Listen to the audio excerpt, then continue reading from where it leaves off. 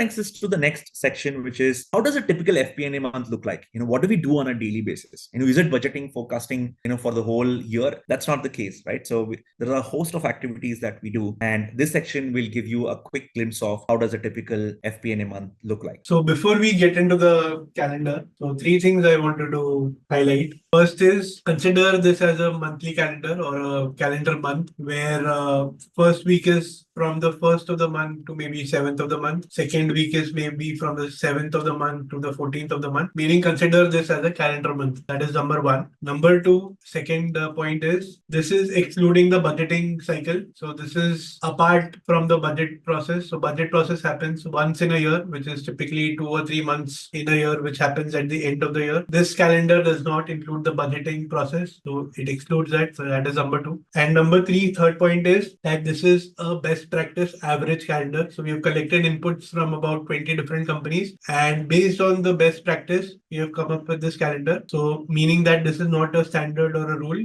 It doesn't mean that something that you see here in week one will happen in week one for all the companies. It depends on a number of factors like the industry, size of the organization, like the age of the FP&A team. So if the FP&A team is very new, a lot of things you see here in week one will happen in week three because they are new and they are still setting up processes. So those three things keep in mind. One, which is it is a calendar month. Second, it excludes the budget. And third is that this is a best practice calendar and not necessarily you will see this in every company. Okay. With that, we'll get into the calendar. Let's look at it week by week. So week one, meaning the first few days of the month. So what happens in the first few days of the month? Typically, you don't have the accounting numbers closed by the 5th or 6th or maybe 7th of the month. Usually the accounting team in the company, which is a separate team in your finance team, which you work very closely with, they will take about a week's time or maybe sometimes 4 or 5 days to close the books of accounts. Till that time, the senior management, you remember the bridge, right?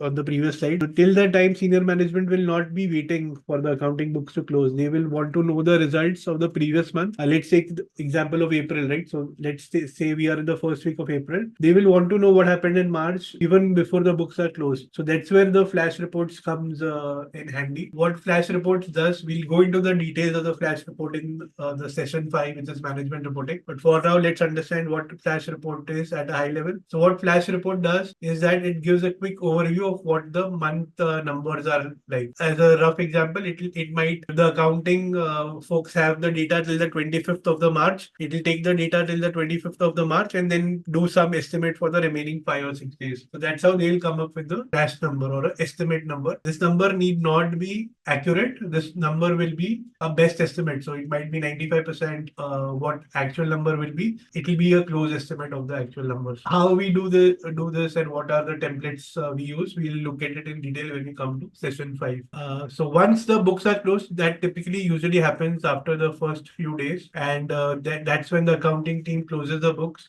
Once the accounting team closes the book, FP&A team and the accounting team review the numbers, the final numbers. They usually do a meeting in person or over Zoom calls so that they understand how the month-end numbers have come in, meaning how the month close numbers look like and how do they compare it to the budget and the forecast. So you must have done the forecast in the previous month or the previous quarter. So they do a quick comparison of how the actuals look like versus the budget and the forecast. Now, once they have the accounting numbers closed, they can start preparing all the month-end reports and the commentaries and the reporting packs that are required from them, from the FP&A team. So FP&A team typically manages a lot of reporting to different parts in the company. So different teams in the company. Say some report is due to sales team, some report is due to marketing team, some report team is due to HR team based on their monthly cadence. So once the accounting numbers are closed, they can start producing or maybe analyzing those reports and then sending it out. A lot of end of week one happens where they prepare the month end or the quarter end reports in case of a quarter end. So that is usually week one where accounting books are closed, you do the flash and you do the month end reporting. Now, once that is done,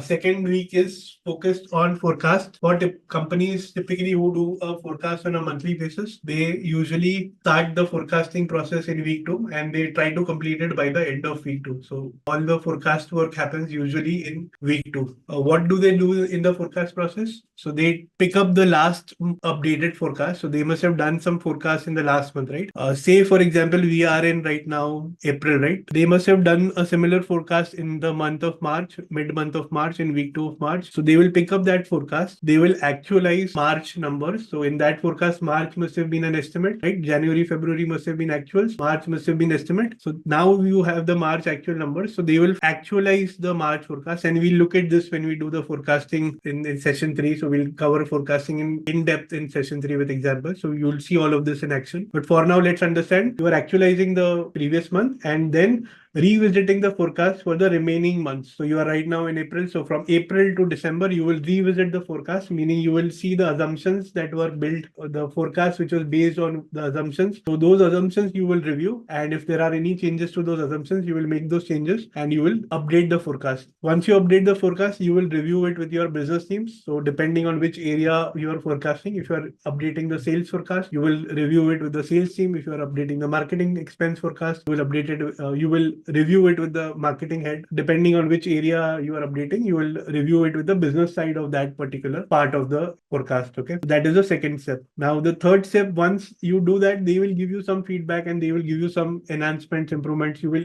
make sure that you cover or you incorporate all those adjustments or all those feedback that they give you. Once you do that, then the second level review will be with your manager, your boss. It may be the head of FP&A, it might be the CFO. Basically, it is somebody in the finance who will be reviewing this, who is very senior. Most likely, it will be the head of FP&A or CFO. Once that review is done, once everybody agrees, once your boss agrees, once the business side agrees, you will upload that forecast in the system, and then that will be used as a basis for comparison when you do the next month end reporting or the next quarter end reporting. So that will be one version of the forecast. Typically, what happens is FP&A team will name the forecast version. So this version will be typically called 3+9, meaning 3 months of actuals and 9 months of forecast. The previous version, the one you did in the month of March, which was January, February actuals and 10 months of forecast, that was called 2+10. So you now moved from the 2+10 forecast to the 3+9 forecast. This is what happens during the second week, which is typically the forecast.